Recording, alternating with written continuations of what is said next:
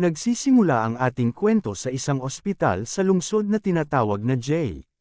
Ipinapakilala ang ating pangunahing tauhan na si Lee Howran na kung saan kakagaling lang sa isang hospital at siya ay isang ordinaryong tao lamang. Ayon sa kanya noong siya ay 6 na taong gulang naipit ang mga magulang niya sa gitna ng labanan ng mga nagising na nilalang at mga nakakatakot na nilalang. At hindi sila nakaligtas. Pagkatapos noon ang kanyang nakababatang kapatid na si Andy ay nagpalipat-lipat sa mga bahay ng kamag-anak, laging nakatira sa ilalim ng bubong ng ibang tao.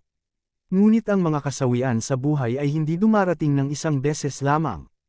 Ipinabatid niya ang anomaly syndrome niya ay isang espesyal na sakit na sanhi ng mga nakakatakot na nilalang. Ang ilang mga tao ay hindi kayang labanan ang enerhiya mula sa interdimensional sa paglipas ng panahon.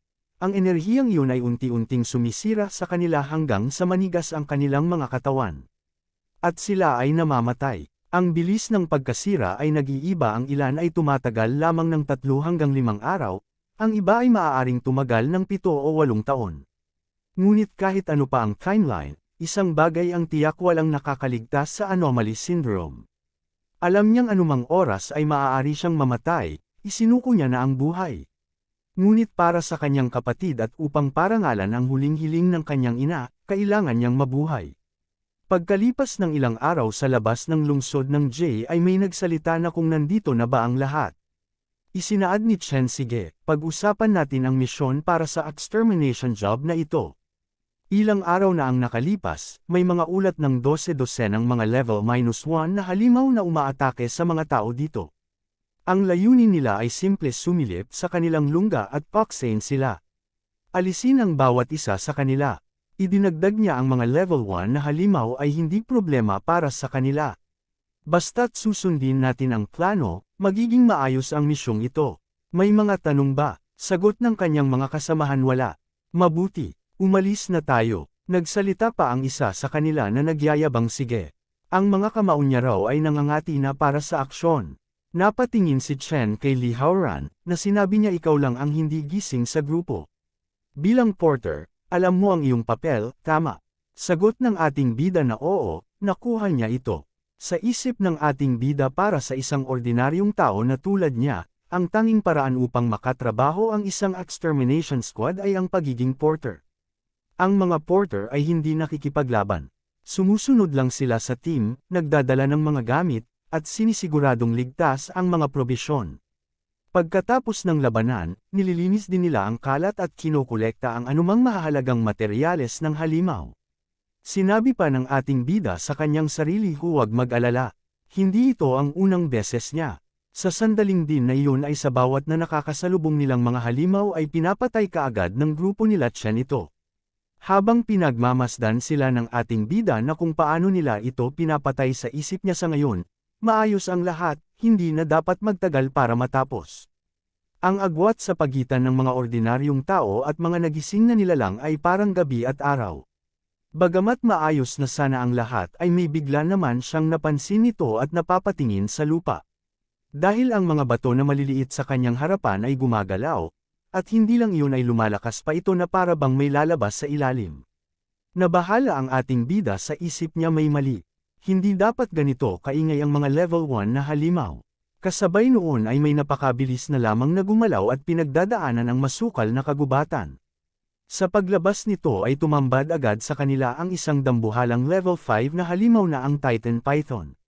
Sa laki ng level 5 Titan Python ay sa takot na makita ito ng 3 ay nasabi na lamang ng babae, nakita niya na ang bagay na iyon sa TV dati. Nanginginig ang katawan ng babae habang kaharap niya ang level 5 Titan Python, gayong ang sabi daw sa intel ay mga level 1 na halimaw lang ang narito. Sobra na ito sa kanilang kakayahan. Sumigaw siya sa kanyang kasamahan na ano pa ang hinihintay niyo? Takbo, mamamatay kayo kung mananatili kayo dito. Sa pangunguna ng babae upang mabuhay lang ay nasabi niya pamuntik na iyon. Halos manigas siya sa takot, sagot ng lalaki sa kanyang likod, grabe talaga. Ang laki ng bagay na iyon. Umungol ang level 5 Titan Python sa kanilang pagtakbo at sinundan niya ang mga ito. Napatanong ang kasamahan ni Chen, gayong masyadong daw itong mabilis, hindi nila ito kayang takasan. Kailangan nila ng pain, isang bagay na makagagambala dito. Tumugon si Chen, pain lang. Meron sila noon. Sa sandaling iyon ay biglaan na lamang sumulpot si Chen sa harap ng ating bida, at ng kanyang pasana itong tanungin. Ay kaagad naman siyang inatake ni Chen sa dibdib na kinapagtalsikan ng dugo, napatanong ang ating bida na kung bakit, subalit nang may sasabihin pa sana siya ay dinakma naman agad ni Chen ang kanyang leeg. Sinabi ni Chen, ikaw lang ang hindi kayang lumaban dito. Kaya ikaw ang pinakawalang halaga. Kaya, ikaw ang perpektong pin nila. Idinagdag pa ni Chen gayong nabasa niya ang file nito. Mayroon kang anomaly syndrome. Mamamatay ka na rin naman. Kaya bakit hindi ka gumawa ng isang bagay na kapakipakinabang bago ka umalis sa mundong ito? Huwag mo kaming sisihin mo ang iyong sarili sa pagiging mahina. Kasabay noon ay inihagis siya ni Chen sa nagwawalang level 5 Titan Python. Bumagsak ang ating bida sa harap ng level 5 Titan Python na nagpagulong-gulong. Sa lakas ng paghagis ni Chen sa kanya ay nagtataka na lamang na nakatingin ang level 5 Titan Python sa kanya. Nang huminto ang pagulong-gulong sa katawan niya ay kaagad naman siyang nakita ng level 5 Titan Python. Sa sandali na iyon ay ibinuko ng level 5 Titan Python ang kanyang bunganga at umatake. Sa papalapit na level 5 Titan Python ay napamura ang ating bida sa isip niya, ganito na ba talaga ang kanyang katapusan. Sa sandaling na iyon ay naalala niya ang kanyang ina nagtatamo ng malaking pinsala sa tiyan na ang sabi. Baka hindi na kita maalaga ni nanay, pangako mo sa akin kahit anong mangyari alagaan mo ang kapatid mo. Idinagdag pa niya, kailangan ninyong magpakatatag at mabuhay. Sa walang kamalay-malay na ating bida na naghihintay na lamang sa kanyang katapusan, may kung ano naman lumitaw na isang spell na para bang isang summoning. At sa hindi katagalan ay naglaho na lamang ang ating bida na hindi niya nalalaman. Lumipat ang ating tagpo sa nayo ng succubus, sa kanilang harapan ay makikita ang isang napakalakas na pagbagso ng liwanag na hanggang umabot pa sa kalangitan. Makikita naman ang isang imahe na unting-unting lumilitaw sa liwanag na iyon. Matapos ng sandaling iyon ay lumitaw ang ating bida na may pagtataka gayong ano daw ang nangyayari. Dapat patay na siya, kaya paano siya narito? Wala na ang mga sugat niya, at ang mga damit na ito, iyon ba ang pulang ilaw na nakita niya bago siya namatay? Sa kanyang pagtataka ay natigilan na lang siya dahil sa may narinig siya na nagsalita, na gumana. Talagang nakapag-summon si Nico ng isang lalaki. Tinitingnan nila ang ating bida gayong hindi daw talaga siya makapaniwala na may nagawa talaga ang junk scroll na nakita niya. Nasabi rin nila ang gwapo niya, sinang-ayonan naman ito ng kanyang kasama, oo talagang sinuwerte sila sa pagkakataon na ito. Sabi pa nila matagal na rin simula nang makakita sila ng dekalidad na lalaki, sagot ng kanyang kasama, kumukulo na ang dugo niya. Idinagdag pa nila, sobrang excited siya, nagpapalabas siya ng malakas na aura ng mahika. Humarap sila sa ating bida na may pang-aakit gayong ang charming daw ng lalaking iyon. Iniisip niya kung ano kaya ang pakiramdam na makipaglaro sa kanya, kaya hindi siya makapaghintay. Sa naguguluhan ng ating bida ay sa isip niya anong nangyayari, bakit may napakaraming succubus dito. At napatanong siya na kung bakit hindi nila nakikita ang nakikita niya. Lumitaw ang isang panel ng system sa kanyang harapan. Isang level 1 at ang class niya, Blood Demon God Race Vampire. Napalingon siya matapos may magsalita na sinabi sa kanya na gumamit siya ng sinaunang summoning array para dalhin ka dito. Ipinaliwanag ni Nico isang level 3. Nang umaktibo ang array, nagbago ang kulay ng langit, at napakalaking magical power ang sumulpot mula sa array, talagang nagulat kami sa paningin. Idinagdag pa niya, para magdulot ng ganitong kaguluhan, sigurado siyang napakalakas ng ating bida, tama. Sa pamumulang mukha ni Nico ay isinaad niya rin ang iyong subordinate na si Nico ay nangangako ng walang hanggang katapatan sa iyo magpakailanman, hindi kita kailanman ipagkakanulo. Nag-notice ang system dahil nakakuha daw ito ng tagasunod, na ipinagtaka naman ng ating bida, sa isip niya nangako lang siya ng katapatan sa akin, at ngayon lumabas ang notification na ito. Sinuri niya ito at lumabas ang pagkakakilanlan ni Nico. Ipinabatid ng system kapag umabot sa 100% ang affection ng isang tagasunod, maaari mong piliing idagdag sila sa iyong harem at makatanggap ng misteryosong reward. Napangiti ang ating bida at ngayon lang niya lubos na naunawaan ang kanyang muling pagsilang ay dahil dito. Nagkaroon siya ng kapangyarihan na higit pa sa anumang awakened being. Ang Blood Demon God System. Sa pagkakataong ito, sa wakas ay nagkaroon siya ng kapangyarihang makapaghiganti. Tinawag ang kanyang pansin ni Nico na tinatanong niya ang ating bida na kung anong problema. Bakit ka sabik na humahawak sa hangin? Nang aakit rin na tinanong ni Nico na ninigas ka ba pagkatapos matulog ng napakatagal? Gusto mo bang magunat ng kaunti? Sinabihan niya si Nico na kailangan mong gumalaw. Sagot ni Nico, sige, ganoong ang kaso. Huwag kang maiyang hawakan ako, master. Kung makakatulong ang katawan ko na makapag-relax ka, ikararangal ko iyon. Idinagdag rin ni Nico habang unting-unting naghuhubad kahit na ito daw ang unang beses niya, ngunit gagawin niya ang kanyang makakaya upang mapasaya niya ang kanyang master. Nang makita ito ng dalawang succubus ang ginagawa ni Nico ay nasabi pa nila na walang hiya daw itong si Nico. Dahil lagi na lang daw ito nauuna sa lahat. Sumabat ang isa na ang ganitong bagay ay dapat na iniwan sa kanya, mas malambot ang dibdib niya at mas komportable. Dahil sa iba ang naisip ni Nico ay pinigilan siya ng ating bida dahil hindi niya sinubukang samantalahin ito, napatanong rin siya, ganito baka desperado ang lahat ng mga succubus. Nag-notice ang system na pinapakita sa kanya dahil ang affection daw ni Nico ay bumaba sa 85%. Ikinalungkot ito ni Nico at napatanong na kung anong problema, hindi ba sapat ang kanyang katawan para mapasaya ang master. Nabahala ang ating bida dahil hindi niya dapat daw sana sinabi iyon, gayong ang affection ay dapat na isa sa mga pangunahing mekanika ng system. Napangiti siya dahil kung gusto niya mag-higanti kailangan niyang gamitin ng buo ang kapangyarihan ng system. Na nangangahulugang kailangan niyang i-max out ang kanilang affection. Napagtanto na niya na kung ano ang dapat niyang gawin kaya tinawag niya ang pansin ni Nico, dahil sa tingin niya hindi daw sila nagkakaintindihan kanina. Inilapit ng ating bida ang kanyang mukha na sinabi niya kay Nico, maganda ka, lahat kayo ay magaganda. Pambubula pa niya, hindi pa siya nakakakilala ng sinuman na kasing kakaiba ninyo. Ikinatuwa naman ito ni Nico na sumagot, talaga ba? Nag-notice ang system na ang affection ni Nico ay tumaas sa 70%. Nagsalita si Nico, master, ang pagsasabi ng mga ganyang bagay ay nagpaparamdam daw sa kanya ng pagkabahala. Tumugon ang ating bida dahil sa pag-summon daw nito sa kanya at mahina pa ay kailangan niya daw ng energy. Nakuha naman kaagad ito ni Nico ang ipinaabot sa kanya ng ating bida dahil ito daw ang Blood Demon God. Kung gayon ang dugo nila ay sapat upang mapunan ng kanyang kapangyarihan. Sumasang-ayon naman kaagad si Nico habang nagniningning ang kanyang leeg na sinabihan ng ating bida, uminom ka hanggat gusto mo, gayong ikararangal niya daw ito.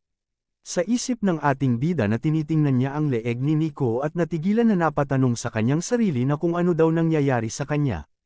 Bakit bigla siya nakakaramdam ng pagiging balisa? Ito ba ay instinct ng isang vampira? Napatanong siya habang binubuko niya ang kanyang bunganga at pagtubo ng pangil dahil sa hindi niya daw mapigilan ang sarili niya. At nang sinubukan na ng ating bida na sipsipin ang purong dugo ni Nico ay napapasigaw na lamang si Nico sa sarap. Naglalaway ito at lumuluha habang sinasabi ng system na ang affection ni Nico ay tumaas sa 72%, at sa isipan naman ni Nico ay namamangha siya sa ginawa sa kanya ng ating bida nito. At nang maabot na ng 100% ay binati naman kaagad nito ang ating bida at nakapag-unlock din daw ito ng bagong skill na ang Blood Fusion, at ang kanyang attributes ay tumaas rin. Nagtaka naman ang ating bida sa bagong skill niyang nakuha habang si Nico naman ay parabang naubusan na ito ng lakas.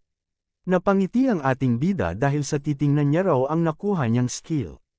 Ipinapaliwanag ng system ang Blood Fusion ay sumisipsip ng sariwang dugo mula sa isang opposite sex na character upang makakuha ng random attribute point.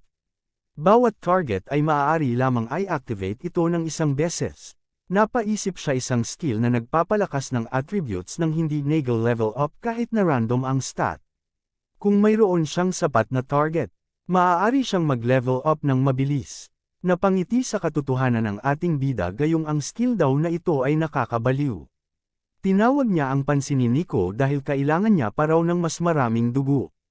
Sinagot ito ni Nico na walang alinlangan dahil sa maaari daw itong kumuha ng mas marami hanggat gusto ng kanyang master. Sinabihan naman siya ng ating bida hindi lang ang dugo niya nito ang gusto niya dahil kailangan niya pa ng marami. Kasabay noon lumingon siya sa nagtutumpukan na mga succubus sa baba na pinagtaka ng ilang na kung bakit nakatingin sa kanila ang ating bida. Subalit imbes matakot ay natuwa naman ang mga ito dahil kasali rin pala daw sila kaya napapatanong ang ilan sa kanila na kung ito ba ay isang bagong uri ng laro. Mukhang masaya ito at hindi na daw sila makapaghintay. Natuwa ang ating bida dahil walang tumututol kung gayon gawin na daw nila ito ng sama-sama. Makalipas ng ilang sandali ay ipinapakita ang mga nagagandahang mga paro-paro sa gitna ng mahalimuyak na bulaklak. Sa sandali din na iyon ay isa-isa na pinapakita rin ang attribute ng ating bida na tumataas habang nakakakuha ito ng marami pang mga dugo. Sunod-sunod ang pagtaas ng mga kakayahan ng ating bida habang umuungol sa sarap ang mga succubus na pinagkakagat niya. Tumataas ang bawat attribute niya na ang agility, strength, spirit, stamina. Sa pagod na succubus na ito ay namamangha na lamang siya dahil hindi pa daw siya nakakaramdam ng ganito dati. Gayong ang pagkakaalam niya ay masakit kapag nakagat ka, ngunit kasabay nito. Nakakaramdam siya ng hindi ka panipaniwala. Nasabi rin ng isang ito dahil parang ang kaluluwa niya raw ay konektado sa demon god. Pakiramdam niya ay lumalakas siya. Mas lalo naman ito ikinatuwa ng ating bida gayong perpekto daw ito para sa kanya bawat succubus ay nag-trigger ng blood fusion. Kaya naman ay nagpapasalamat siya sa mga ito, gayong nakakuha siya ng napakaraming attribute points. Ngunit naisip rin niya na may pagtataka dahil sa pagkagat lang sa kanilang mga leeg ang mga reaksyon nila ay medyo sobra. At napaka-sensitive kaya nagtataka siya dahil ganito ba talaga ang katawan ng mga succubus. Nag-trigger naman ang system dahil ang affection ng succubus ay patuloy na tumataas. Matapos ang mga ilang kaganapan, sa liwanag ng buwan ay makikita ang mga nayon ng succubus. Sa pagpasok ni Nico sa silid ay masaya pa ito habang dahan-dahan na tumutungo sa kama na kung saan na inaakala niya na naruroon ang ating bida.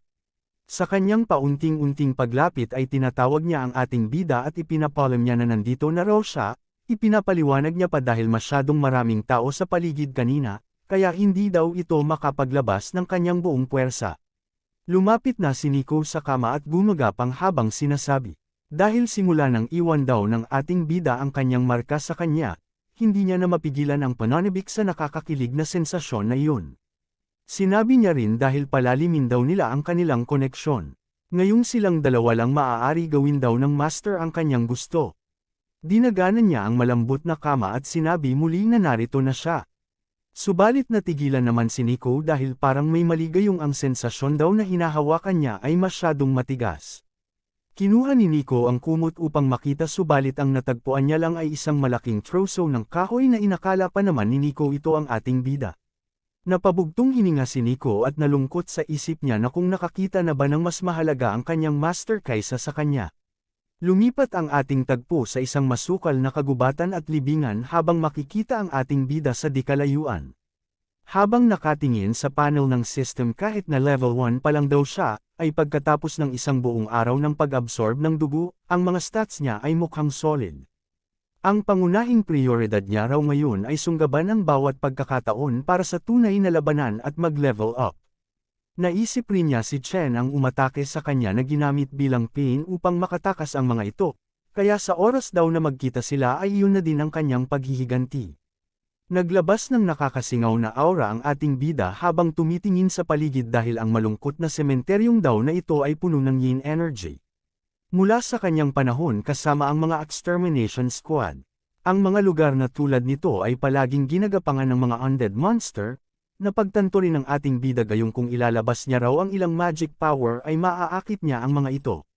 Ginawa naman kaagad niya ito dahil titingnan daw nila kung ano ang kaya niya.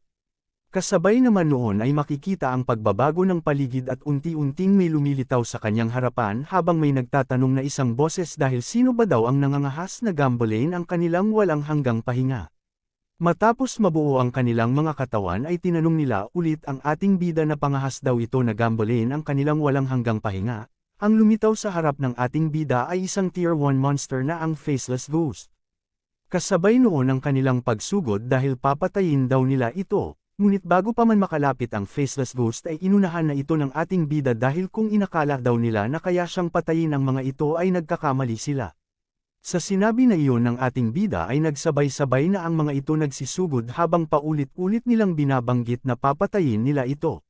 Ngunit sa sumusunod na naman na iyon ay sinikmuraan niya ito ang Faceless Ghost kaya sa lakas ng impact ay tumagos ito sa kanyang likod. Paulit-ulit ito ginagawa ng ating bida na walang kahirap-hirap na pinagpapatay ang mga faceless ghost habang nakakatanggap siya ng dagdag ng mga attribute points. Dahil sa lakas niya na walang kahirap-hirap na pinagpapatay niya ang mga ito ay sa takot ng faceless ghost kaya ang iba na nito ay nagsitakbukan na lamang. Dahil sa nakaipon na ang ating bida ng 5 attribute points ay nakapag-level up na nga siya nito. At nakapag-unlock ng isang bagong skill na ang Crimson Flash. Ipinapaliwanag na ang Crimson Flash ay nagpapahintulot ng 2 maikling distance dash sa loob ng 5 segundo. Matapos iyon sa ilalim ng gabi at buwan, ay makikita na hingal at pawis ang ating bida na tila ba tapos na ang kanilang matagal na habulan sa mga faceless ghost. Sa mga nakahandusay at duguan ng faceless ghost na wala ng mga buhay ay makikita na nag-level up na naman ang ating bida at naabot niya na ang level 8. Natuwa siya dahil ito pala ang pakiramdam ng pakikipaglaban sa mga halimaw bilang isang awaken, hindi daw ito kapanipaniwala. Ipinapakita ang status panel niya na umabot na sa level 8 habang naisip niya rin dahil hindi na raw siya ang walang kwentang porter na dating siya. Nagniningning at maginhawa sa kagalakan at tuwa ang ating bida dahil sa kanyang kasalukuyang sitwasyon, ang strength, stamina, at agility ang magpapalakas daw sa kanyang mga kasanayan sa pakikipaglaban. Ngunit dahil na-unlock niya lang ang isang agility-based na skill, idinagdag pa niya na ang Crimson Flash hindi daw niya na kailangang maglagay ng maraming points doon. Ang pagtutok sa strength at stamina ang dapat na pinakamahusay na pagpipilian. Matapos ay nag-notice ang system sa kanya habang binabalaan siya dahil sa panganib, ikinabahala niya ito na kung anong ibig sabihin ng system. Ngunit sa kanyang paglinggan sa kanyang harapan ay tumambad sa kanya ang napakalaking Tier 2 monster over, na handang-handa na umatake gamit ang napakalaking sandata na dala nito. Kasabay noon ang napakabilis ng pagbitiw ng atake ng Tier 2 monster, kaya nang tumama ito sa lupa ay nawasak nga ito sa lakas. Subalit naiwasan naman ito ng ating bida sa pamamagitan ng kanyang skill na ang Crimson Flash. Bagamat naiwasan niya iyon at mag-iisip pa sana sa kanyang gagawin ay may isang kadena naman ang napakabilis na papunta sa kanya. Sa muling pagkakataon ay ginamit na naman niya ang Crimson Flash nito upang iwasan ang hindi pa malaman na kung sino ang umatake sa kanya. Nagtaka at napatanong siya na kung may isa pa ba dahil kanina, ang pangalan ng Faceless Ghost ay lumitaw sa berde wala siyang problema sa pakikipaglaban dito. Ngunit ang pangalan ng Butcher ay dilaw. Napangiti siya nito dahil kung ang ibig bang sabihin na ang bagay na ito ay isang seryosong banta. Ngunit kahit anong ibig sabihin nito dahil binigyan siya ng tadhana ng pangalawang pagkakataon walang makakapigil daw sa kanya. At nang tumambad ang isa pang tier ay tuwang-tuwa nga ito habang makikita lamang na ang ating bida ay nanliliit lang sa mga ito. Sa nanlilisik na mga mata ng tier monster ay umatake na naman ito ngunit bahagyan na naman ito na iwasan ng ating bida gamit ang kanyang Crimson Flash. Pagkatapos ay lumitaw siya sa gilid na kung saan ay naging pagkakataon rin na makapag-atake ang ating bida. Buong lakas sinipa niya ito sa ulo, ngunit nagtaka na lamang siya dahil ang tigas daw pala ng halimaw na ito, kaya naman ay nabahala siya gayong walang paraan na masugatan niya ito sa pamamagitan lamang ng kamao at sipa.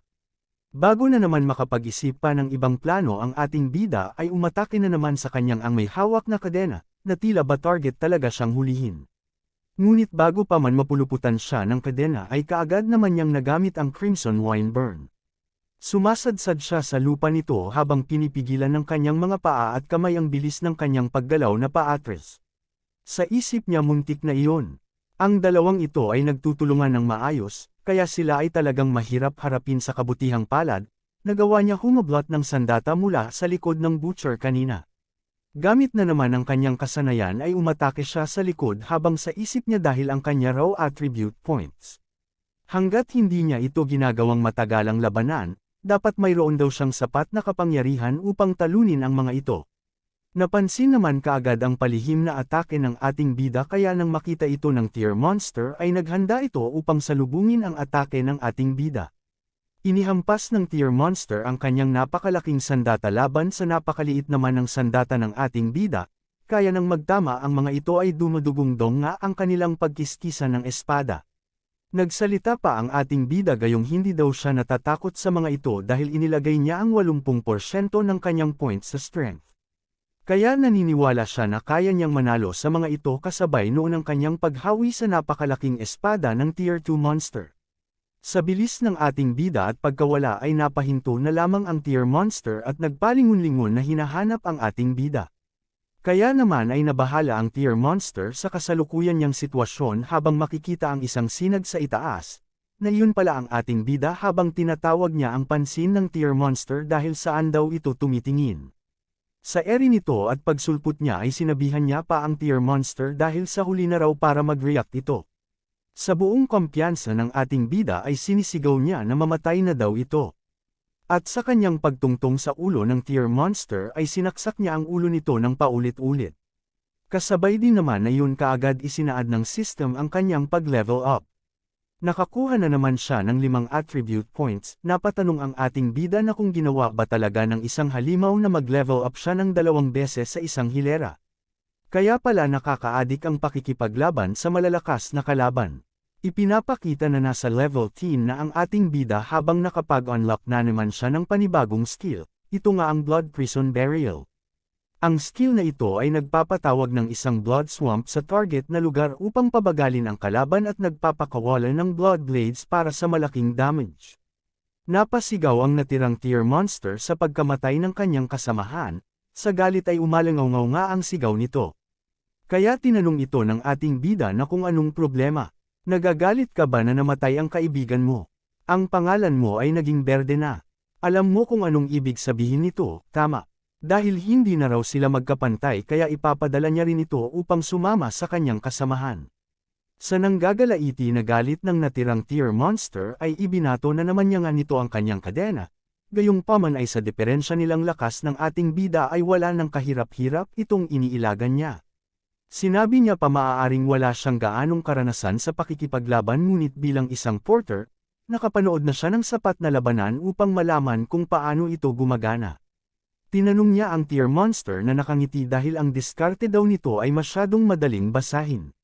Sa pagbalik ng pagseseryoso ng ating bida sa laban ay bigla na lamang ito nag-iba ang kulay ng kanyang mata gayong tatapusin niya na raw ito, sa pamamagitan ng kanyang bagong nakuha na skill na ang The Blood Prison Burial. Kasabay noon ay pinapalibutan ng mga likidong pula ang tier monster na nilulubog ang kanyang kalahating katawan, at pagsulputan ng mga matatalim galing sa blood prison kaya masasabi mo talaga na brutal ang skill na ito. Sa pagkawala ng buhay ng tier monster ay kasalukuyan na naman nga nag-level up ang ating bida. Nag-notice muli ang system gayong nakakuha daw siya ng bagong titulong Undead Slayer. Kapag daw nilagyan ng titulo na ito ay nagbibigay ng 5% damage laban sa mga undead na kaaway. Nasabi na lamang ng ating bida na nag-activate na rin ang title system.